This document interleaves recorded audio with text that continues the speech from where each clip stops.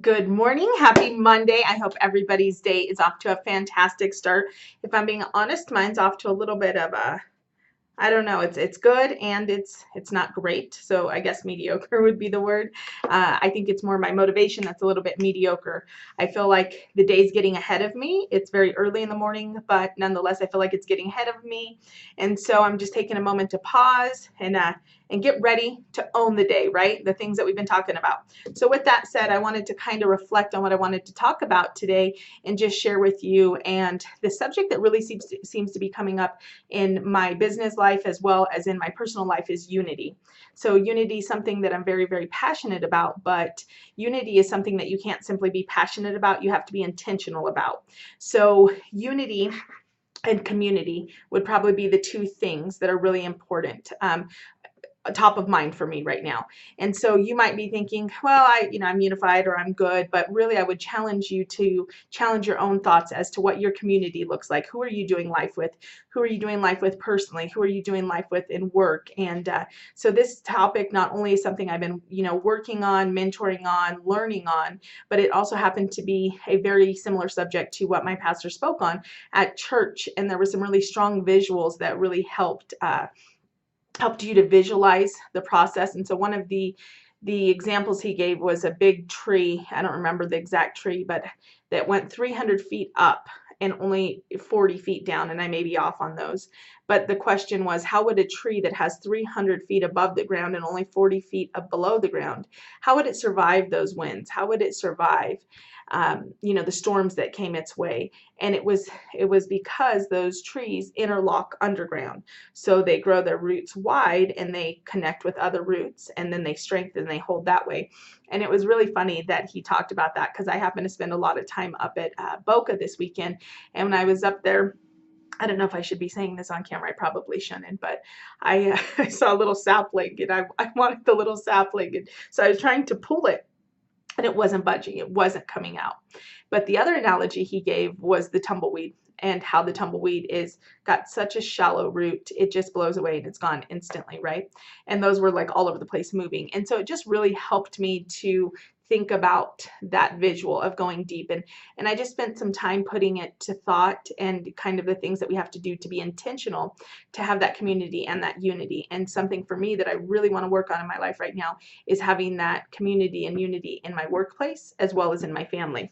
So a couple things that I think are vital to creating those. Number one, communication. So I think that it's imperative that you have radical candor. I think there's a place and time, of course, for radical candor. I think that you have to be very intentional, very clear, and you have to reinforce. So if you're in business and you're working with people, you need to understand the communication method and you need to be fierce about understanding and delivering communication. Something I see on my team side a lot is that we do not have a mentality of ownership of communication. So a lot of times, if I'm just being really honest and transparent, there's issues and communication breakdowns, and then the first thing that we lead with is, well, I said this, or I told you this, or I did that. But we don't lead with, I assured that you understood that, right? And so I don't think that we have enough clear communication set. And I think that this is one of those things that doubles over to family, right? How many times do you say to your family, oh, we're doing this, but you don't own that communication and delivering that communication? And they're like, well, I thought we were doing this, and there's confusion, right? So I think that if we are very intentional, we're very clear, and we reinforce our communication, I think that will help hugely.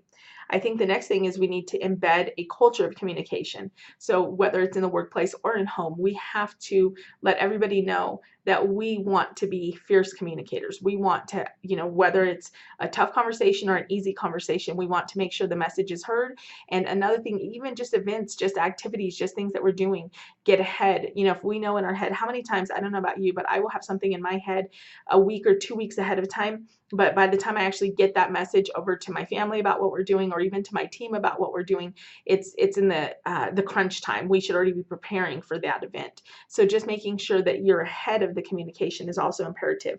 So just create that ownership mentality of communication. And if you're a leader, or you're starting to be a leader, or maybe you're an individual agent who is starting to hand something off to a transaction coordinator, no matter where you're at, make sure that when you hand something off, when you're moving something forward, when you're changing something down the pipeline, that you give very clear communication and make sure that communication isn't simply clear to you. Make sure that you are asking the other person, do you have any questions? Do you fully understand that? Are we on the same page? Make sure you pay attention to their communication style, and make sure, in my opinion, do it more than in one method.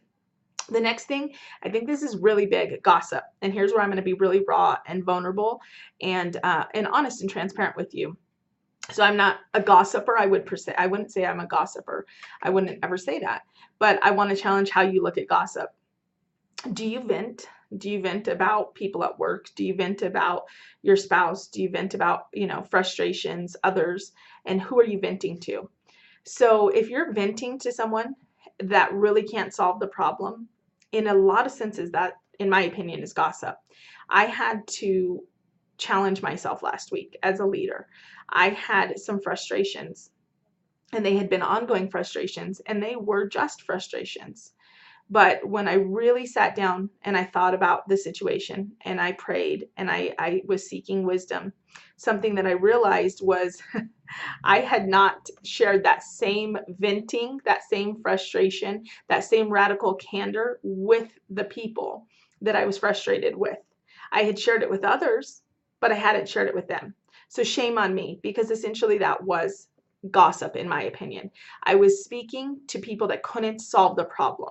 So if you're speaking to somebody that can't solve the problem, that's probably warning sign 1. Number 2, when you have issues, they should go up, not down, right? So if you're in a leadership role in your position and you're frustrated about something and you're speaking to an equal, or even, somebody that is, I don't like tears in business, but you're speaking to a position that maybe you oversee, you're not helping, or you're speaking to the employees or the agents or the people, the staff under you, you're not helping the situation. Not at all. You're gossiping, and you're going to hurt your culture. You need to go up. You need to vent up, okay? And you need to be able to be looking how to move the situation up and how to solve the situation. And also, as a leader, how you have ownership in the situation. So my challenge would be for you, and wherever you're at, work, home, to create an environment that self-polices, to just make it so intentional that you don't do that, that when you do start to maybe fall, human, and you're venting a little bit like, oh, I asked for this to be done 5 times. I don't understand why she doesn't. Somebody might look at you and just say, I don't know, but I definitely think you should go talk to her about it, right? Build that environment that self-polices, because it is imperative that you protect your business. I once entered a business that when I started there, you could walk through the halls and you would feel the conversation stop or cease, or the doors shut, and you could just feel that energy. And you want to build, not to say there's not going to be closed door meetings, there's absolutely going to be that need, but you want to build an environment where people have a sense of transparency and a sense of positivity. And then the last thing is just a shared purpose. So I think to create that unity in that community, you need a shared purpose, and you also need to remember that seasons of change and seasons of growth bring new people, and that purpose needs to then be reevaluated, because everybody has to. So as a team lead, I had a purpose. I have a team that I want to run, and the success of the team is defined by really making sure that we impact our community, right?